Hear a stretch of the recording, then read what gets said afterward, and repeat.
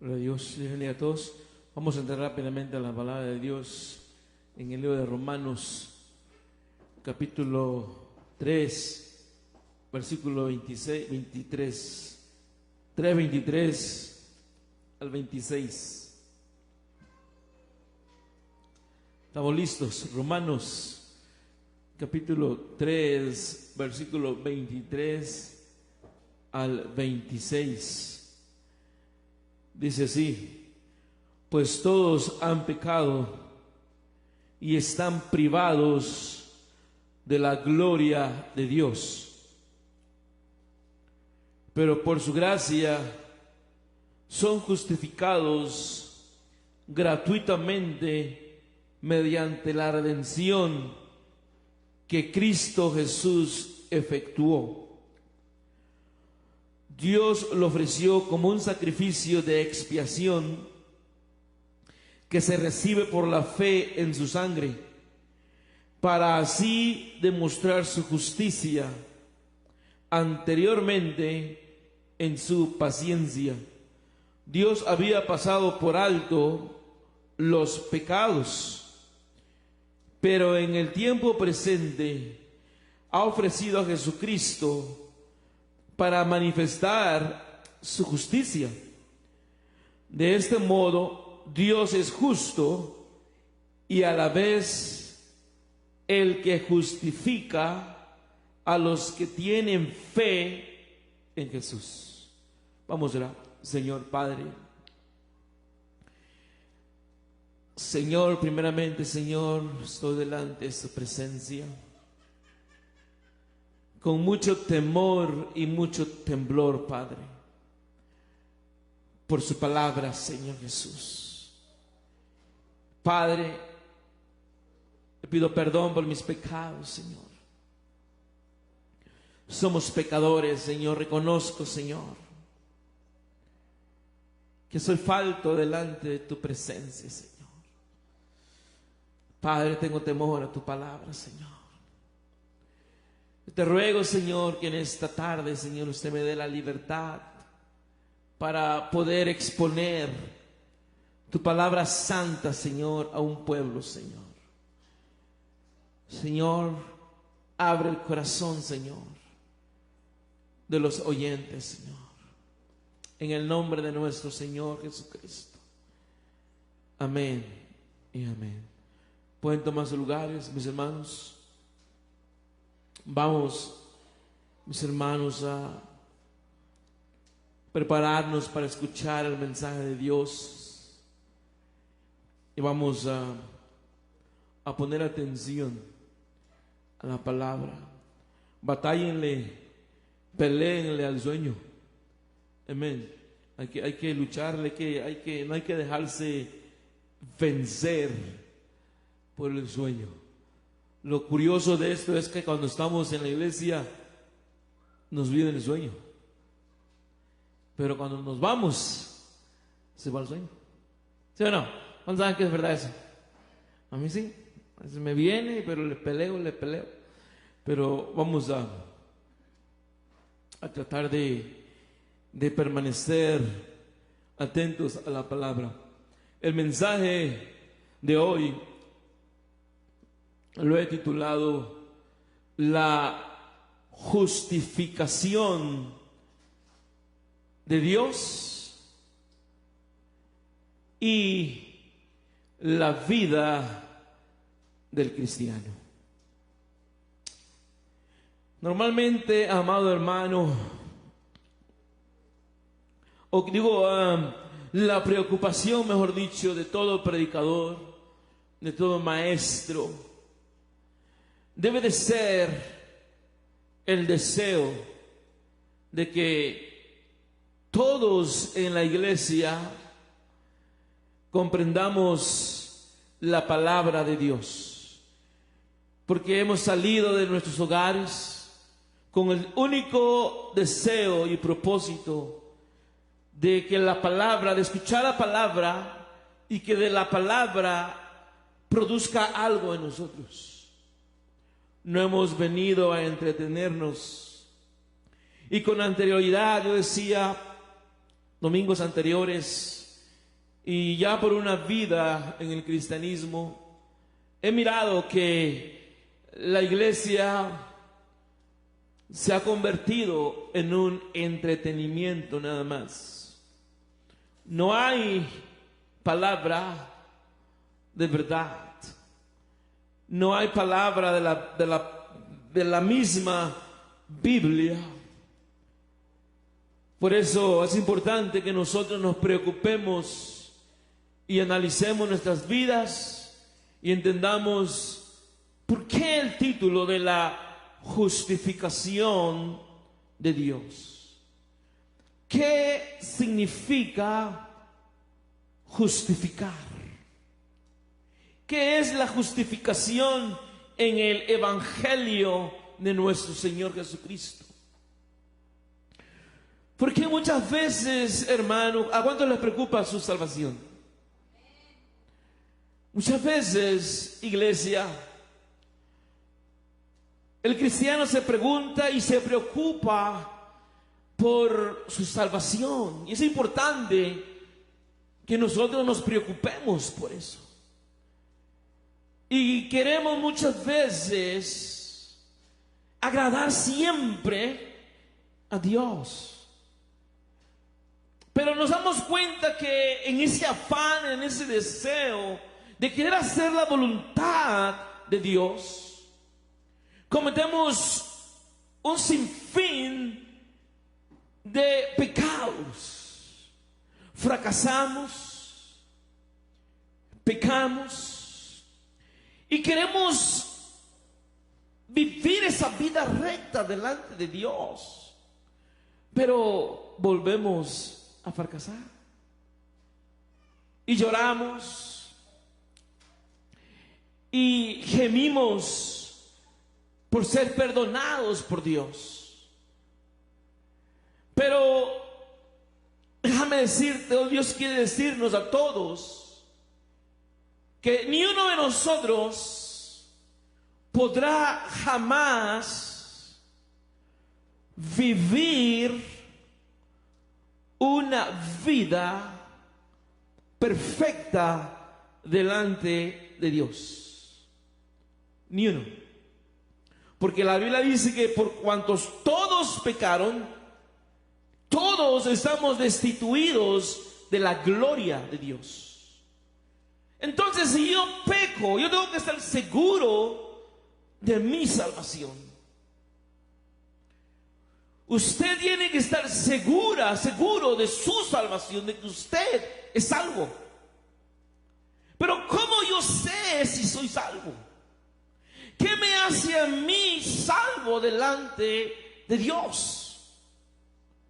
La salvación, fíjese bien en lo que voy a decir, a ver si no se expanden. La salvación es por obras.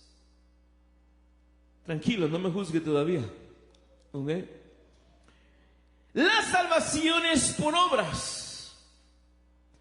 Pero no es por nuestras obras, sino por la obra de alguien que vivió una vida perfecta, santa y agradable delante de Dios. Y esa persona es nuestro Señor Jesucristo. Por eso la salvación es por la obra que Él hizo en la cruz. Y la vida recta que demanda que nosotros vivamos delante de su presencia, yo no puedo vivirla. Usted no puede vivirla. Pero Él vivió la vida que nosotros no podemos vivir. Y por cuanto Él vivió una vida recta, eso nos justifica a nosotros delante de Dios. No por la vida que yo vivo, sino por la vida que Él hizo, que Él vivió, me justificó o sigue justificando delante de Dios. Entonces la justificación, Vamos a llamarle así. ¿Qué significa justificar o justificación? Es un acto que perdona o me excusa o que me declara a mí inocente, siendo yo aún pecador. Me declara a mí inocente, me justifica delante de Dios. Y el sacrificio que el Señor hizo en la cruz justifica al pecador delante de su presencia.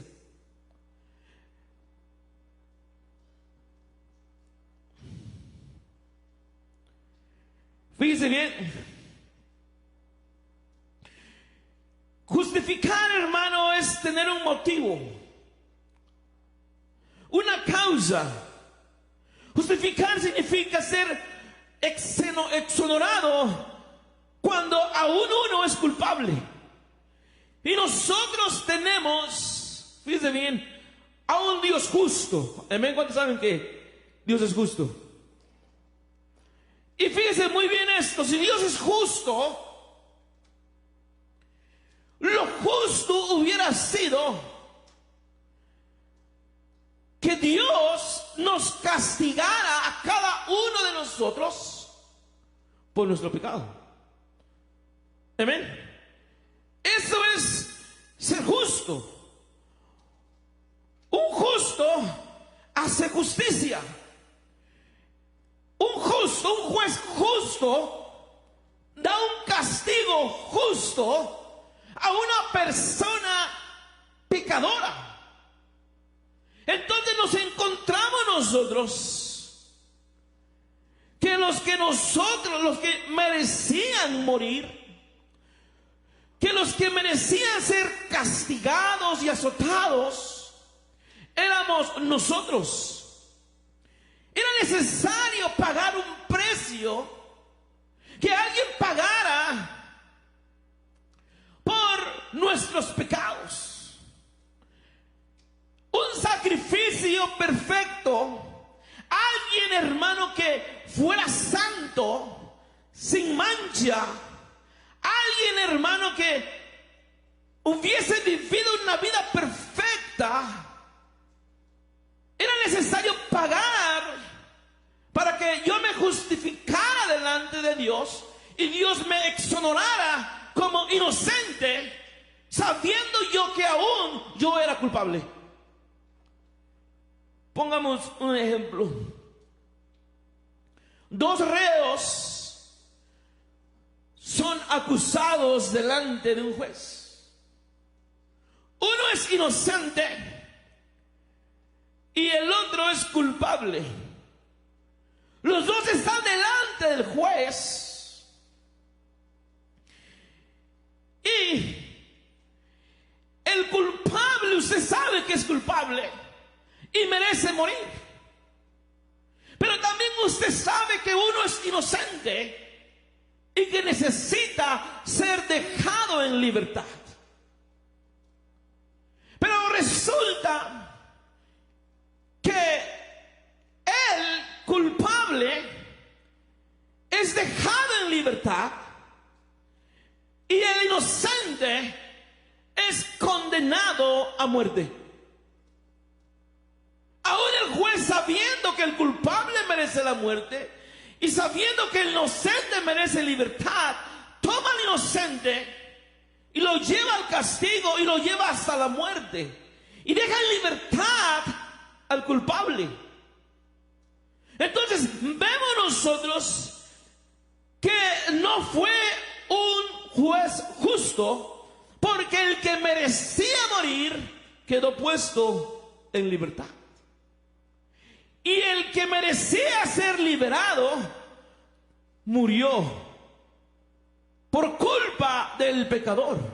Por eso la Biblia dice que Cristo Jesús murió por todos los pecadores. Y dijo Pablo, de los cuales yo soy el primero. Un inocente pagó el precio por nosotros, los culpables. El cristiano muchas veces no entiende la justificación, no entiende la doctrina que por qué somos justificados delante de Dios. Porque no son por nuestras obras. Porque aún lo mejor de nuestras obras, dice la Biblia, son como trapos de inmundicia delante de su presencia. Pero lo que nos justifica delante de Dios es la obra del Cordero inmolado que murió en la cruz por nosotros. La historia de Abraham. Cuando le dijo Dios a Abraham, ofréceme a tu hijo, a tu único hijo, fíjense bien, pongan atención en esto. Ese pasaje nosotros lo encontramos hermoso, maravilloso. Que Abraham llevó a su hijo a la muerte, lo ofreció, lo puso en el holocausto del sacrificio.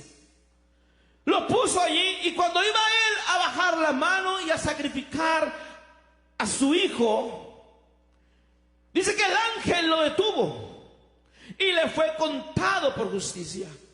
Pero ese pasaje fue únicamente la introducción del Cordero inmolado del Mesías. Porque la historia no terminó allí. Fue la introducción del sacrificio que el Señor iba a hacer en la cruz. Y cuando fue llevado a la cruz, Dios, dice la palabra, descargó su ira sobre su Hijo para que nosotros fuésemos justificados delante de Él por el Cordero inmolado que pagó un precio y precio de sangre por nosotros. Entonces queremos agradar a Dios. Queremos vivir una vida recta delante de Dios. Por eso el sermón se titula La justicia de Dios y la vida del cristiano. Entraremos, está compuesto en dos partes. Hablaremos de la justicia primeramente de Dios, que Dios, hermano, nos justificó por el sacrificio que hizo el Señor. Por ejemplo, fíjese bien, en un tribunal, y voy a tomar como ejemplo lo que ha pasado un mes atrás. La muerte de este varón llamado George. Yo creo que todos sabemos quién es, amén. Y el que no sabe, pues, ¿dónde ha estado? Amén. ¿Qué es lo que pide la gente? Al mirar la muerte de un hombre, como haya sido su vida anteriormente, eso no nos incumbe a nosotros. Pero el mirar claramente cómo ese hombre fue asesinado, y la gente, los familiares, los amigos y todo el mundo quiere ¿qué? Justicia. Quiere o queremos un castigo para la persona que cometió tal acto, sin misericordia. ¿Y qué pasaría? Fíjese bien, ¿qué pasaría si el juez dijese, porque yo soy un juez bueno, porque yo soy un juez que tengo amor y misericordia, yo voy a dejar en libertad a ese hombre? Y termina el juicio, y el juez toma de la y se van juntos a cenar, a celebrar que lo haya dejado en libertad. La gente, los familiares y todos aquellos que piden justicia llamarían a ese juez un juez injusto, un juez pervertido, a un juez corrupto y sin escrúpulos. Pero es precisamente lo que nuestro Dios hizo con nosotros. Cuando nosotros merecíamos, fíjense bien, merecíamos la muerte y el castigo, Él nos dejó en libertad y tomó a la persona de Jesucristo, y Jesucristo pagó el precio que tú y yo y todo el mundo necesitaba pagar. Pero al ser nosotros pecadores, porque la paga para nuestra libertad demandaba sangre inocente, o Dios demandaba el pago de sangre inocente, de sangre limpia, como dice Hebreos, sin mancha. Y nosotros, al ser viles pecadores, no podíamos pagar ese precio. Amén. ¿Va entendiendo lo que es la justificación de la gracia? Ahora, por la gracia soy justificado delante de Dios, no por mis obras. Entonces la salvación viene, hermanos, gratuitamente por su gracia. Dios no dejó de ser justo. Dios no ha dejado de ser justo, sino que en su misma justicia no encontró a alguien que tuviese una vida recta delante de su presencia, más que la persona de nuestro Señor Jesucristo.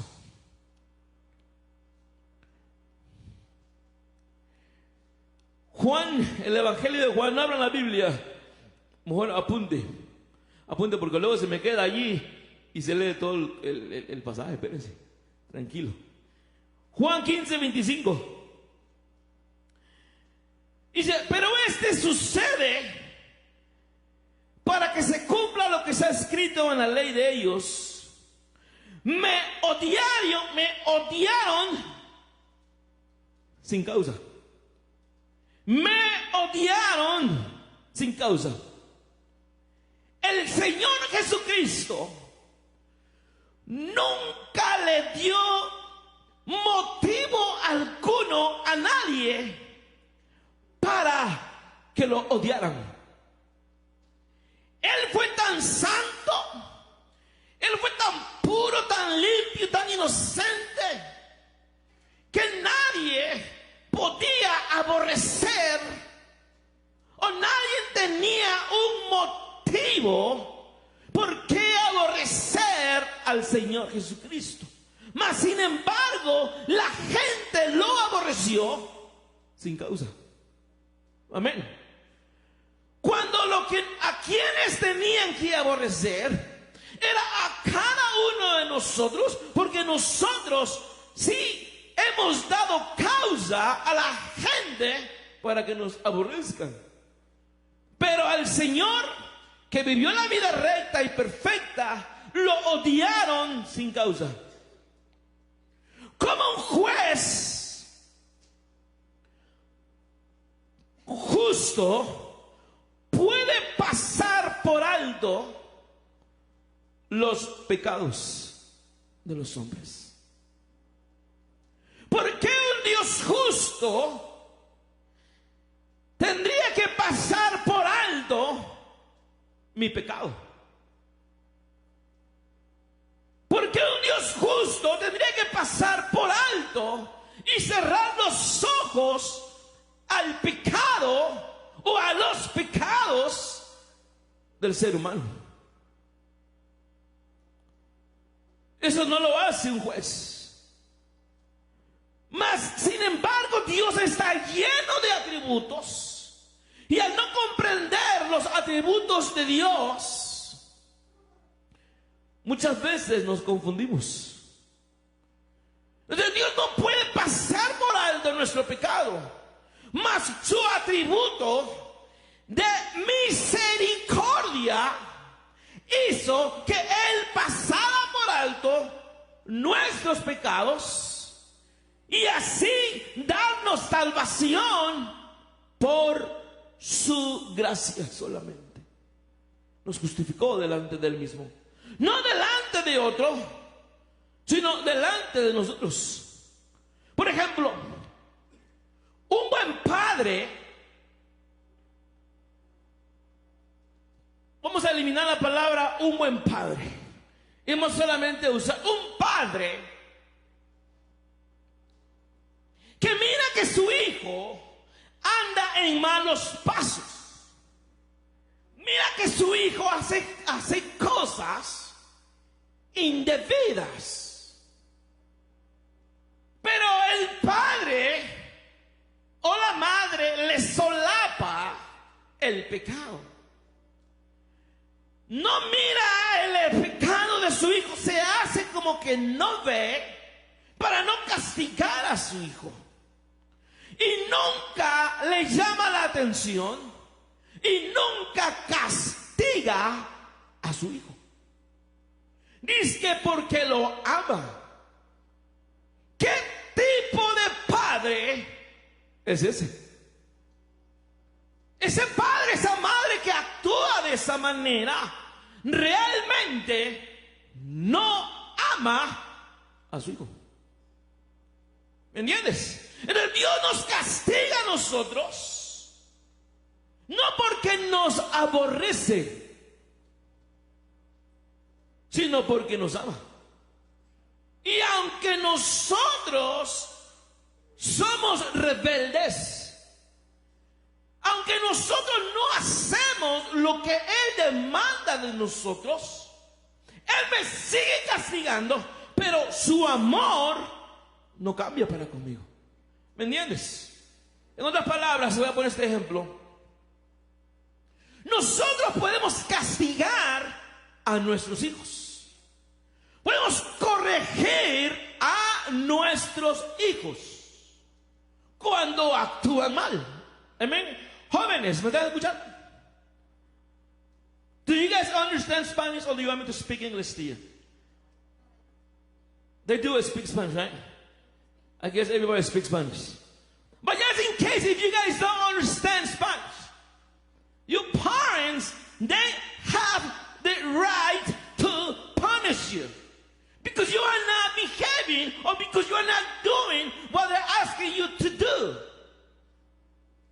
Entonces el padre, fíjese bien, castiga al hijo porque se merece un castigo. Y el padre que castiga a sus hijos es buen padre. ¿Me entiendes? Ahora, porque lo castigó, porque lo corrigió, ¿ha dejado de amar a sus hijos? No. Si el amor sigue siendo igual o más, lo sigue amando, pero en su amor tiene que corregir a su hijo. Entonces, ¿por qué Dios tendría que pasar por alto mis pecados? ¿Por qué Dios no me castigaría por mis pecados?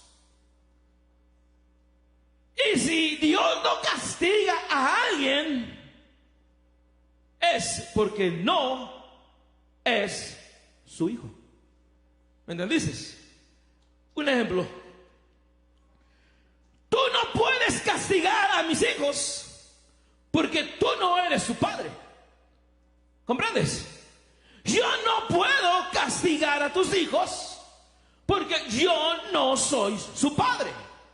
Cuando Dios no castiga a esas personas, o cuando Dios no castiga a alguien, es porque no son sus hijos. ¿Entendiste? Y por eso tú puedes mirar que mucha gente vive como quiere, andan como quieren, y no hay un castigo para con ellos, porque no son hijos de Dios. Punto. Obviamente que en el día final vendrá un juicio final para todos aquellos que no son sus hijos. ¿Entendiste? Ahora sí. Entonces fíjense bien. Éxodo 34, 6 al 7. Gracias.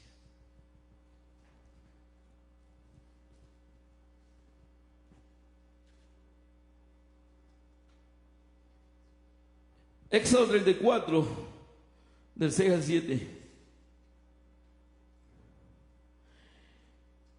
Vemos otro atributo de Dios. Dice, pasando delante de él, proclamó, el Señor, es un Dios clemente y compasivo, lento para la ira y grande en amor y fidelidad. ¿Cuántos dicen amén a eso?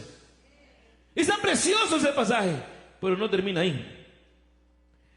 Que mantiene su amor hasta 1000 generaciones después, y que perdona la iniquidad, la rebelión y el pecado. Pero fíjense bien, pero que no deja sin castigo al culpable. Otra versión dice, no da por inocente al culpable. ¿Cuántos son culpables aquí? Amén. Sino que castiga la maldad de los padres en los hijos y en los nietos hasta la tercera y la cuarta generación. Entonces Dios no deja sin castigo a nadie. Ese carácter de Dios lo vemos definido desde el Antiguo Testamento, de su misericordia, de su amor y de su justicia. Pero también nos habla, hermano, de que era necesario que alguien pagara un precio. Él demandaba un precio, un pago, que alguien nos redimiera para poder darnos a nosotros libertad. Si Cristo no hubiera muerto, si Cristo no hubiese pagado el precio, tú y yo no tuviéramos salvación. Porque no hay ni uno bueno, dice el Señor. Amén. No hay uno que no peque. Hay gente que dice que no pecan, pero la misma palabra de decir yo no peco, están pecando. ¿Me entiendes? Porque dice Dios, sea todo hombre mentiroso y Dios verdadero. Entonces, no hay un ser humano, sea ministro, sea pastor, sea evangelista, que no esté sucio delante de su presencia. Pero él demandaba que alguien nos redimiera. ¿Qué significa redimir? Es importante entender esto. Redimir de los pecados. Cristo nos redimió a nosotros. Él pagó un precio por algo que era de Él mismo. Te voy a poner una anécdota, una ilustración para que entiendas. Un niño, un padre, le hizo un barco a su hijo de madera. El niño fue y empezó a jugar con el barco en las corrientes de un río. las corrientes fueron arrastrando poco a poco a ese barco. Hasta que llegó el momento que el niño perdió su barco en la ribera. Pasado un tiempo, él bajó a la ribera y miró en un aparador el barco que era de él. Fue con el vendedor y le dijo: véndeme ese barco. Es mío. Mi padre me lo hizo. El vendedor dijo: era tuyo, pero ahora es mío. Está en mi poder. Si lo quieres, el precio es muy alto. El niño regresó con su padre. Su padre le dio la cantidad que el hombre demandaba por ese barco. El niño bajó y pagó el precio por algo que era de él mismo. Es lo que significa redimir. Nosotros éramos de Dios, pero las corrientes de la vida y del pecado nos fueron arrastrando poco a poco, hasta que nos alejamos de Dios y caímos en posesión de Satanás. Ahora era necesario redimir, pagar el precio para que nos rescataran de esas manos que nos tenían apoderados. Por eso apareció, dice el Señor, por eso apareció Jesucristo, para deshacer las obras del enemigo y para darnos vida a nosotros y vida en abundancia. Entonces, Él pagó un precio por algo que ya era de Él. Y somos nosotros. Y eso es lo que nos justifica delante de Dios. Los que merecíamos morir éramos nosotros. Por las drogas, por el alcoholismo, por una vida miserable que vivíamos lejos de la presencia de Dios.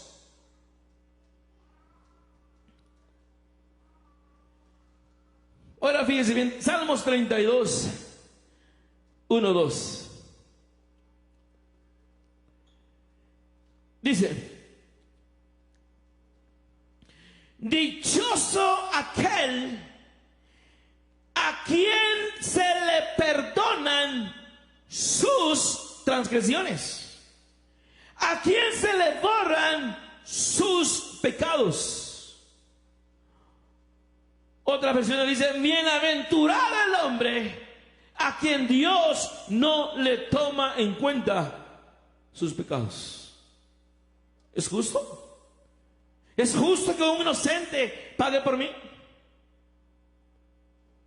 ¿Quién de vosotros, mi amado hermano, hablando humanamente, viera como justo que un inocente pague por un culpable? Nadie, hablando humanamente, hablando terrenalmente, para nosotros no es justo. Mas sin embargo, en el reino celestial las cosas son diferentes. En el reino celestial los pecadores no pueden entrar a su reino. Pero para que el pecador pueda entrar a su reino, un inocente fue necesario que pagara el boleto para nosotros poder entrar a su reino. Y eso me justifica. Eso me hace salvo. Eso me da salvación. Y yo puedo estar seguro de mi salvación, no por lo que hemos hecho, hermano, sino estoy seguro de mi salvación por la obra que Cristo hizo en la cruz por mí. Y ahora la salvación, fíjese bien, al mundo se le ha vendido un evangelio barato. El evangelista le dice a la gente: ¿cuántos no han recibido a Jesucristo? Alce la mano el que no ha recibido a Jesucristo. Y la gente levanta su mano y le dice: ahora repite esta oración conmigo. Una oración que dura 1 minuto, 2 minutos. Al terminar la oración le dice: ahora tú eres salvo. Esa es una blasfemia. Le están dando la salvación a una oración, a un levantamiento de manos, un evangelio barato. No son salvos por repetir esa oración. Pueden ser salvos por únicamente la obra redentora de Cristo Jesús. Ahora, para yo poder estar seguro de mi salvación por su obra, yo tengo que creer en Jesucristo. Yo tengo que aceptar al Señor como mi Salvador y mi Señor. No únicamente como mi Salvador, no únicamente como mi Salvador, sino como mi Señor también. Porque hay quienes lo reciben como su Salvador, pero no como su Señor. Amén. Entonces, dichoso aquel, versículo 2 del Salmo 32, dichoso aquel a quien el Señor no le toma en cuenta su maldad, y en cuyo espíritu no hay engaño. ¿Cómo es eso, hermano?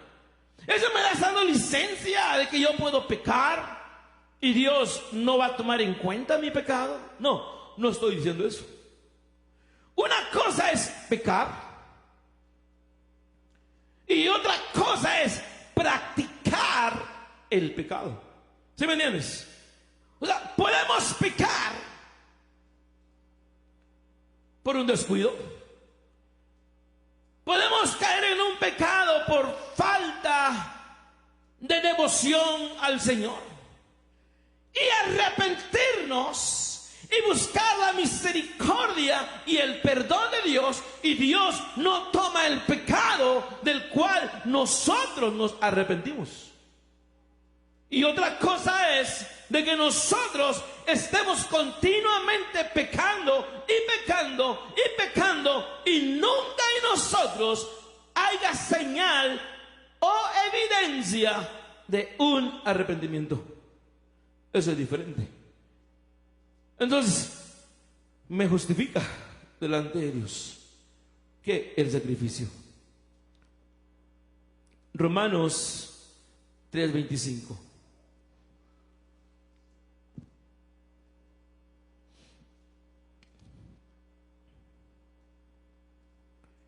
Dice: Dios lo ofreció como un sacrificio de expiación que se recibe por la fe en su sangre, para así demostrar que su justicia. Anteriormente, en su paciencia, Dios había pasado por alto los pecados.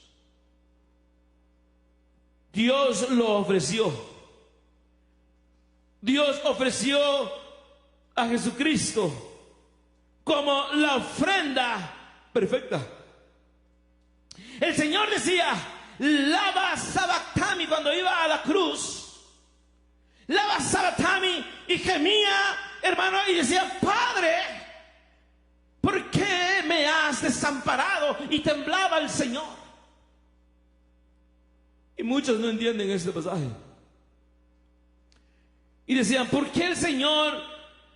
Él no quería. Él decía: Señor, si es posible que pase de mí esta copa, pero no se haga mi voluntad, sino tu voluntad. Y muchos piensan que el Señor no quería morir. que el Señor tenía miedo a la cruz, que el Señor tenía miedo a la corona de espinas, que el Señor tenía miedo a los clavos, a los látigos. El Señor no tenía miedo. La misma historia nos dice a nosotros que los apóstoles y los discípulos, después del maestro, fueron contentos a morir en la cruz de cabeza. Y dice que cuando ellos fueron martirizados en la cruz, ellos cantaban himnos de alegría por ser hallados, hermano, dignos de morir por el Señor Jesucristo, contentos, alegres. No puedo creer que un discípulo del maestro haya tenido alegría al morir en la cruz. Y el Señor clamaba acá: Señor Padre, ¿por qué me has desamparado? Y los pastores y los predicadores dicen que el Señor no quería morir. No, Él no tenía miedo a la cruz. Él no tenía miedo a los clavos. Decía: Padre, ¿por qué me has desamparado? Porque clamaba, porque Él no quería que el Padre lo abandonara. Por eso decía: Padre, ¿por qué me has desamparado? Porque se sentía solo. Sentía que el Padre lo había abandonado. Él no tenía miedo a la cruz, porque Él sabía que en la cruz, que con su muerte nos iba a dar libertad a nosotros los pecadores. Y Él sabía que con su muerte en la cruz era la victoria, y con esa muerte Él iba a derrotar a Satanás. Por eso Él no tenía miedo, hermano. Él sabía que la muerte era victoria para nosotros. El morir por mí en una cruz, hermano, por mis pecados, cambió mi vida, como debe de cambiar tu vida también. El sacrificio más grande que Él hizo por nosotros fue dar su vida en expiación por nuestros pecados. Pero muchos no entienden el mensaje de la cruz. Piensan que con ponerse un escapulario o colgarse una cruz de metal, de palo, de madera, o de oro, piensan que eso es tener a Cristo en su vida. Y no es así. Tener a Cristo en su vida es reconocer que los que merecíamos morir por una vida nefasta y sucia éramos nosotros, no un hombre inocente, limpio, sin mancha, que murió por nosotros. El sacrificio de la cruz es lo que nos justifica delante de Dios, no tus obras, no mis obras. Amén. Porque todas nuestras obras son sucias delante de su presencia. Yo puedo esforzarme por agradar a Dios.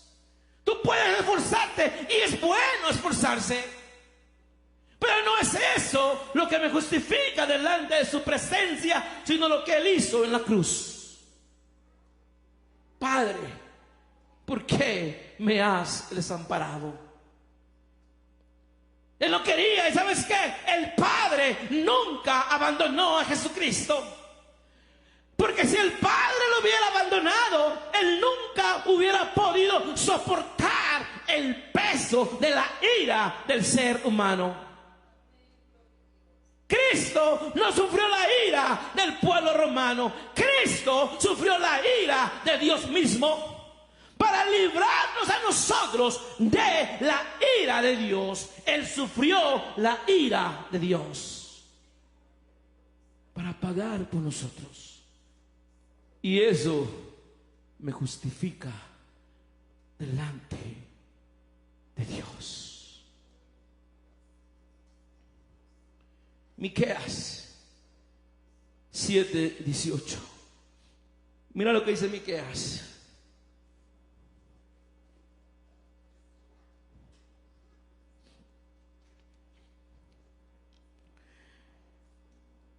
Que como tú que perdona la maldad. Oh, hermanos, si eso no te llega al corazón, yo no sé qué más te va a llegar. Si eso no te hace temblar delante de su presencia, ¿qué te va a hacer temblar?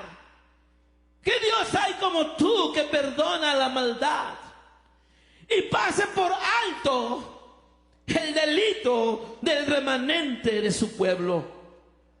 No siempre estarás airado, porque tu mayor placer es amar.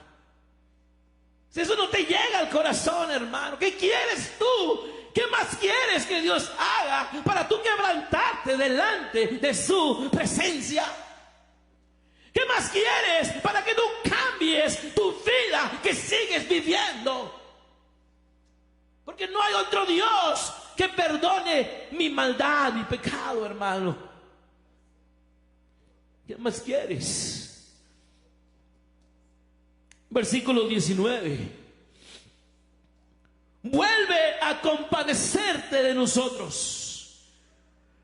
Pon tu pie sobre nuestras maldades y arroja al fondo del mar todos nuestros pecados.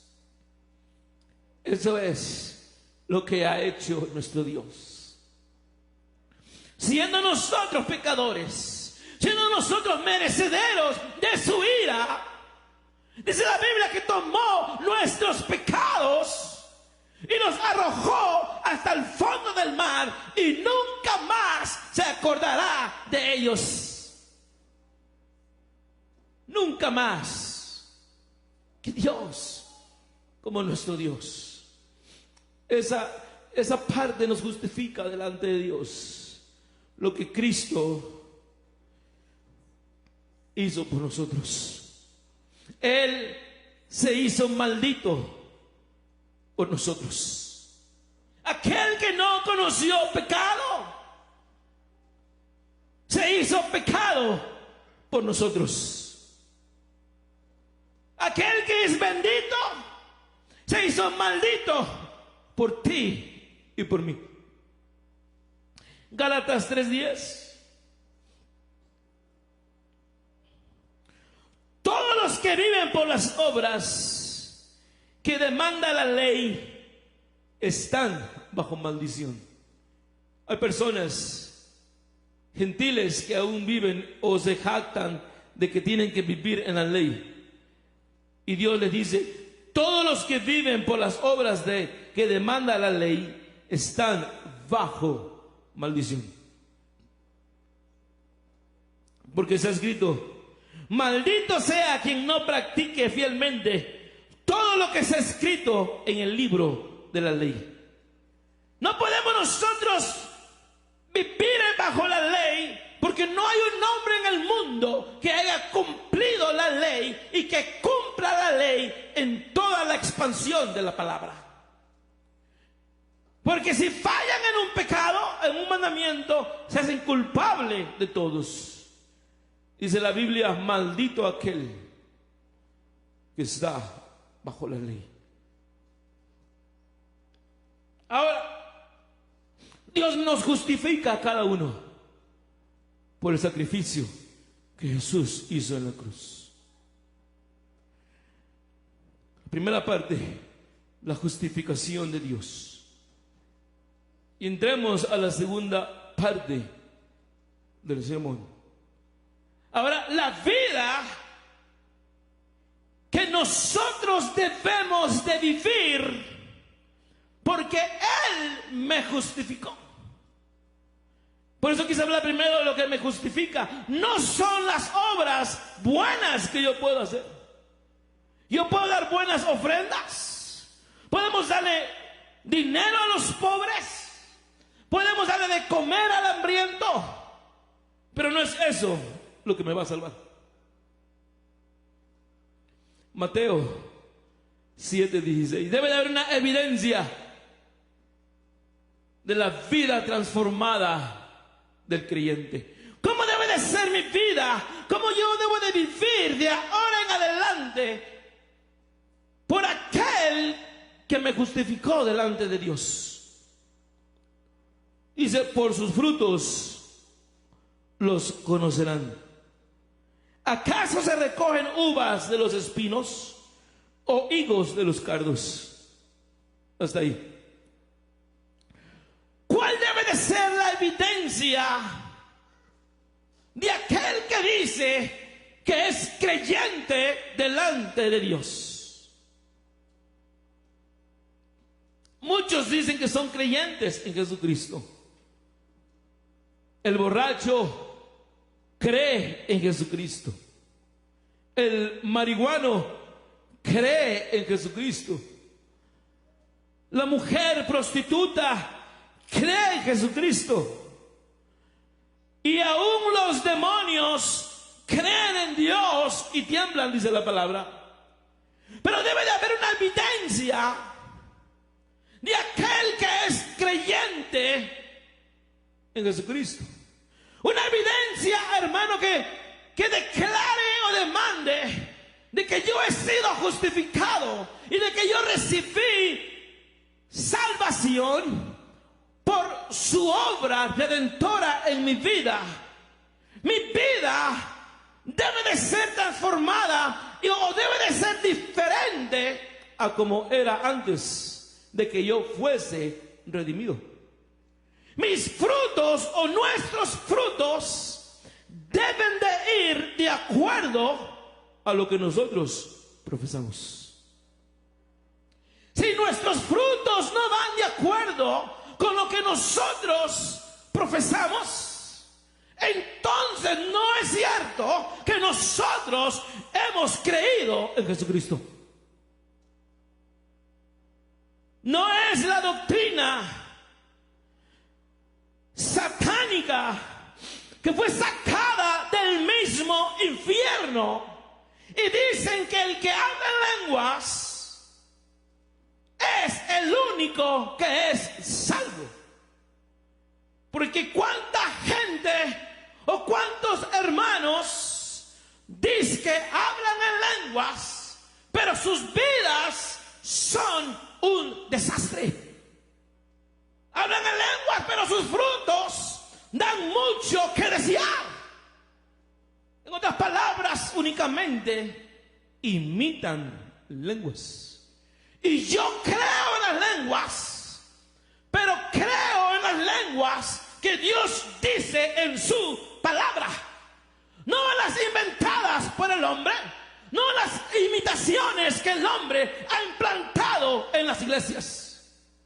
Entonces la evidencia de que nosotros hemos sido justificados es manifestada por nuestros frutos.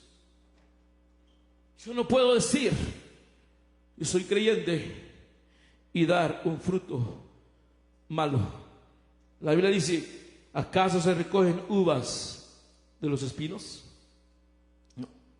Por su fruto es conocido el árbol. Si el fruto es malo, el árbol es malo, punto. No le dé vuelta a la hoja. Si el fruto es malo, el árbol es malo. Amén. Y es donde a muchos no les gusta. Si Cristo nos justificó, Él pagó un precio, pero no nos da derecho a vivir la vida como nosotros querramos. Porque ahora, dijo Pablo, ya no vivo yo, mas ahora Cristo vive en mí. Amén. Porque ahora ya no eres tú.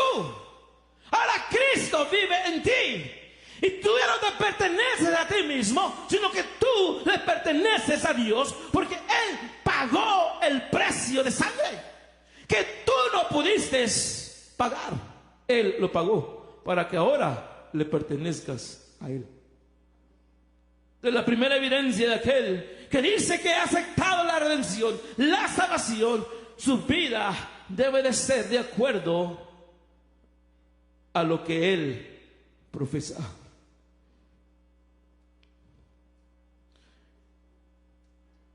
Primera de Juan 1:6.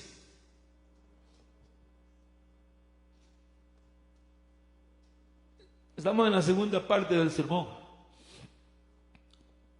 Dice, si afirmamos que tenemos comunión con Él, en otras palabras está diciendo, si nosotros afirmamos que somos cristianos, si nosotros afirmamos que hemos recibido su justificación por su muerte,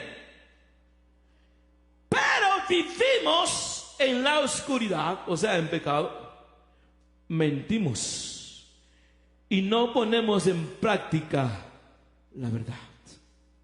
¿Te das dando cuenta? Que el ser cristiano es una demanda de alto nivel. Amén. No podemos, hermano. Ahora, las iglesias tristemente son un desastre. La gran mayoría, un desastre. Las personas van vestidas como quieren. Un desastre. Pues afirmamos que tenemos comunión con Él, pero vivimos en la oscuridad, mentimos y no ponemos en práctica la verdad. O sea que si nuestro fruto es malo, somos mentirosos de que somos realmente cristianos. 2 Corintios 13:5.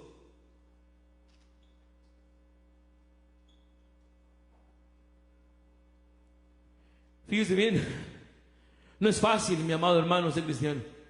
Amén. Se requiere, hermano, algo mayor. Se requiere, hermano, realmente estar agradecido con Dios. Nuestras vidas deben estar llenas de gratitud por lo que Él hizo por nosotros. 2 Corintios 13:5 dice, examínense a sí mismos, no a otros. Porque normalmente nosotros examinamos a otros. Pues no, examínense a usted mismo, examínense para ver si están en la fe. Pruébense a sí mismos.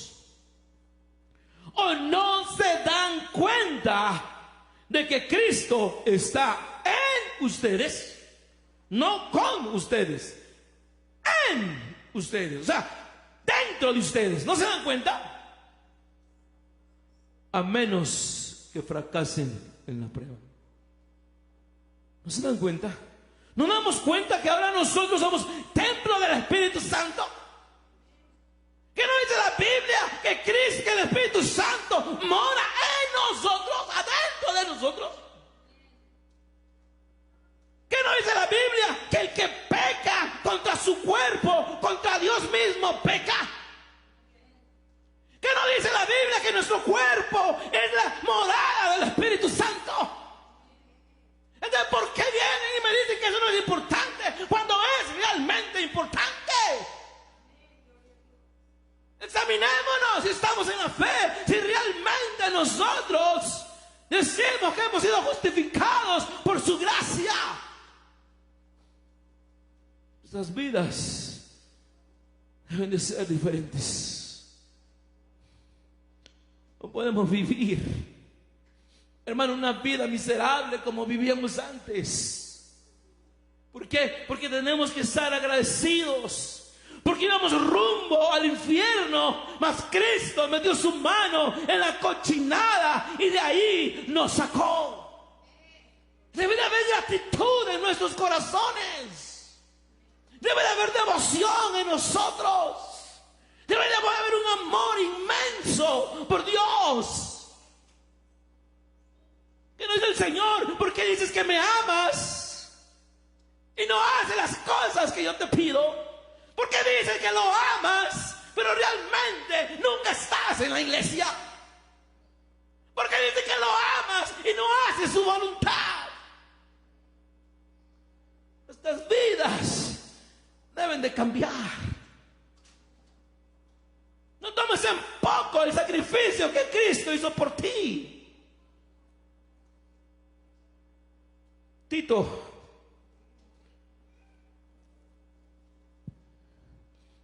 1:16. Profesan conocer a Dios, y de esos hay muchos. Profesan conocer a Dios, pero con sus acciones lo niegan. son abominables, desobedientes e incapaces de hacer nada bueno. Profesan conocer a Dios. Personas que en sus labios tienen a Cristo, pero niegan a Cristo con sus obras. Y aún se atreven a hablar de la palabra de Dios, pero sus obras son nefastas. ¿Cómo debe de ser la vida del cristiano? Ya no somos de este mundo, iglesia. No somos hermanos de aquí, pero la gente, hermano, no entiende. Porque las cosas espirituales se tienen que escudriñar espiritualmente. Profesa conocer a Dios, pero con sus obras lo niega. Por eso el cristianismo tiene muy mala reputación. La gente ya no quiere venir a la iglesia. La gente no se quiere acercar a Dios. La gente ya no quiere aceptar el sacrificio de Cristo por culpa de muchos que profesan conocer a Dios, pero sus vidas son nefastas. ¿Está entendiendo? La vida del creyente. Juan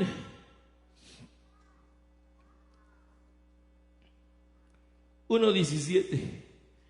Pues la ley fue dada por medio de Moisés, mientras que la gracia y la verdad nos han llegado por medio de Jesucristo. A Dios nadie lo ha visto nunca. El Hijo unigénito, que es Dios y que vive en unión íntima con el Padre, nos los ha dado a conocer. Entendiendo a Dios nunca nadie lo ha visto, mas ahora nosotros le hemos conocido por su palabra. A Él nunca lo hemos conocido, pero podemos conocerle a través de su palabra. ¿Cómo puedes tú amar a alguien que no conozcas? Es necesario conocer a una persona para amarlo. Y Dios no es injusto. Dios se ha revelado a nosotros a través de Jesucristo para que nosotros lo amemos. ¿Por qué te es tan difícil amar a Dios? Muchos aman más al mundo. Dice la palabra, el que ama al mundo, el amor del Padre no está en él. Las personas que caminan juntamente con las gentes del mundo, que se confunden con las gentes del mundo, que se visten como las gentes del mundo, que se peinan como las gentes del mundo, es que siguen siendo del mundo. Punto. Dice el Señor, el que ama al mundo, el amor, mi amor no está en ti, porque tú estás enamorado del mundo. De la vida del cristiano tenemos que apartarnos del mundo, porque el mundo está arrastrando a la iglesia. El mundo ha entrado a la iglesia, y ahora no todo lo que se practica en la iglesia es de Dios. Hay muchas cosas que se hacen en la iglesia que son del mundo. El amor del Padre no está en él.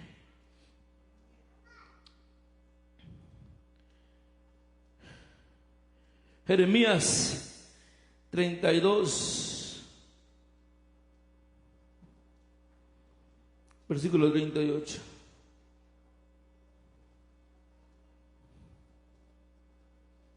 Mira lo que hace Dios.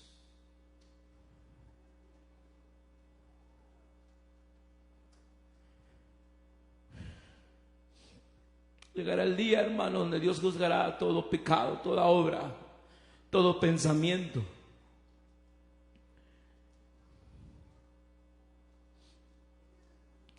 Dice: ellos serán mi pueblo y yo seré su Dios. Versículo 39.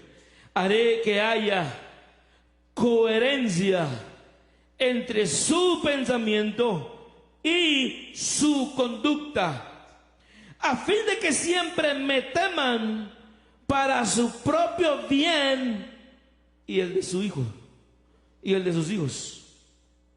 Haré con ellos un pacto eterno, o sea, con nosotros. Nunca dejaré de estar con ellos para mostrarles mi favor. ¿Cuándo nos va a dejar Dios de estar contigo? ¿Cuándo? Do you guys understand Spanish? ¿Cuándo va a dejar Dios de estar con nosotros? Nunca. Pondré mi temor en sus corazones y así no se apartarán de mí. Haré un pacto eterno contigo, dice. No un pacto pasajero, sino un pacto eterno. Haré coherencia entre tus pensamientos con tu conducta. En otras palabras, está diciendo: alinearé tus pensamientos con tu manera de actuar, para que me temas y por tu bien. Romanos 6:12 dice: por lo tanto, no permitan ustedes que el pecado reine en su cuerpo mortal, ni obedezcan a los malos deseos. Versículo 13: no ofrezcan los miembros de su cuerpo al pecado como instrumentos de injusticia. Al contrario, ofrézcanse más bien a Dios como quienes han vuelto de la muerte a la vida, presentando los miembros de su cuerpo como instrumentos de justicia. Amén. No prestemos nuestros cuerpos al pecado. Eso es lo que demanda la vida, hermano, de un cristiano. Amén. El que ha sido otra evidencia, hermano, de aquel que ha aceptado la justificación de Dios, es sensible al pecado. En otras palabras, fíjense bien lo que dije: es sensible al pecado. No estoy diciendo que no peca, pero cuando peca, se duele. Amén. Llora, gime, porque le causa dolor en su alma haber ofendido a Dios. Sin embargo, hermano, vamos a mirar con muchos cristianos que ya no sienten dolor por el pecado. Se exhiben en las redes sociales con pecado, con cervezas, con cigarros, con canciones mundanas. Han perdido toda sensibilidad al Espíritu Santo. No les importa que el mundo los mire y que el diablo se burle de ellos, porque no temen a Dios. Fíjense bien, ¿qué más? ¿Cuál es la otra evidencia que debe de haber en aquel que dice que es cristiano? Primera de Juan 3:10. Fíjese bien. Así distinguimos entre los hijos de Dios y los hijos del diablo. En otras palabras está diciendo, así se distinguen los hijos de Dios y los hijos del diablo. El que no practica la justicia no es hijo de Dios. Punto. No dices es medio hijo. Si tú actúas con injusticia, si tú te andas transeando a todo mundo, tú no eres hijo de Dios. Ni tampoco lo es el que no ama a su hermano. Amén.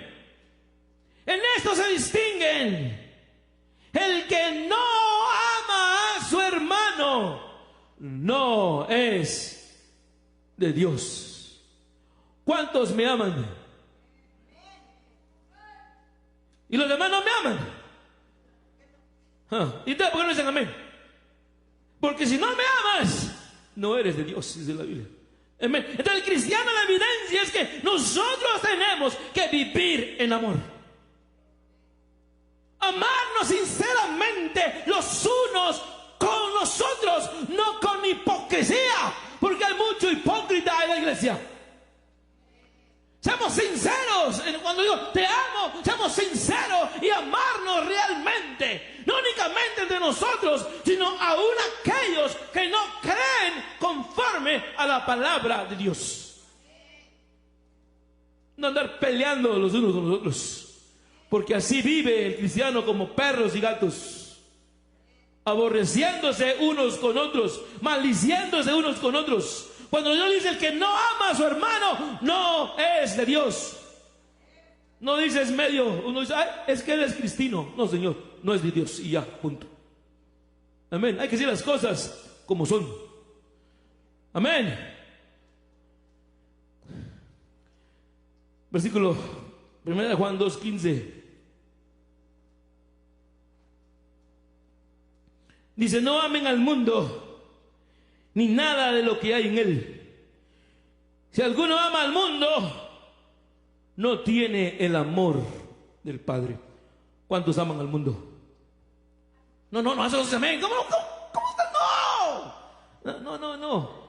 No digan amén. Nadie debe de amar al mundo, porque el que ama al mundo no tiene el amor de Dios en su vida. Amén. Debe de tratar, hermano, de vivir. Fíjense bien lo que voy a decir. Debe de tratar. La última evidencia, porque veo que se me están levantando al baño, se van uno, regresa uno, se van dos, regresan dos, se van tres. Quiere decir que ya se cansaron. La última evidencia, fíjense, debe de tratar. Ok, fíjense la palabra que estoy diciendo. Debe de tratar, porque no hay nadie en el mundo que la viva como dice o como Dios demanda. Debe de tratar de vivir una vida en santidad. Amén. Amén, que no hay nadie que la viva totalmente. ¿O si hay? No hay. Pero por lo menos debo de hacer el esfuerzo de vivir mi vida en santidad lo más que se pueda. Ser fiel a mi esposa, ser fiel a tu esposo en todas las cosas. Hay quienes aquí en Estados Unidos son cristianos, aquí tienen a su mujer, pero más se largan a México y allá andan con cualquier piruja en México. Allá no son cristianos, nada más aquí. No, Señor, allá y aquí, amén. ¿O no está Dios en México? Bueno, en todos los países está Dios. Pues no son cristianos aquí y allá anda uno ahí predicando el evangelio de Jesucristo, pero cada año se vaya a su pueblo a celebrar el Santo Niño de Atocha. ¿Entonces no es cristiano o qué? ¿O no? Debe tratar de ser fieles, hermano. Vivir una vida en santidad. Las cosas viejas pasaron, y aquí todas son hechas nuevas. Amén. Este ha sido el mensaje, hermano, de Dios. la justificación. Dios nos justifica. Amén. Qué bueno es Dios, amén. Pero no nos da el derecho. Y ahora que lo hemos recibido como nuestro Señor, ahora nuestras vidas tienen que ser diferentes. Y eso es lo que la gente no entiende. Oh, Él ya pagó, yo puedo vivir como quiera. No, Él ya pagó mi vida pasada. Pero ahora mi vida es nueva. Y de ahora, de aquí en adelante, me toca a mí. Amén. Esforcémonos, hermano. Esforcémonos. Y si tú tienes temor de tu salvación, porque has pecado, porque has fallado, déjame decirte, no te justifico yo, te justifica la sangre del Cordero. Déjame decirte que si tú te arrepientes y vienes sinceramente ante su presencia, Dios es grande en misericordia y Dios nos puede perdonar. Amén. Pasa el grupo de alabanza y yo voy a invitar, hermanos, que pasemos al altar.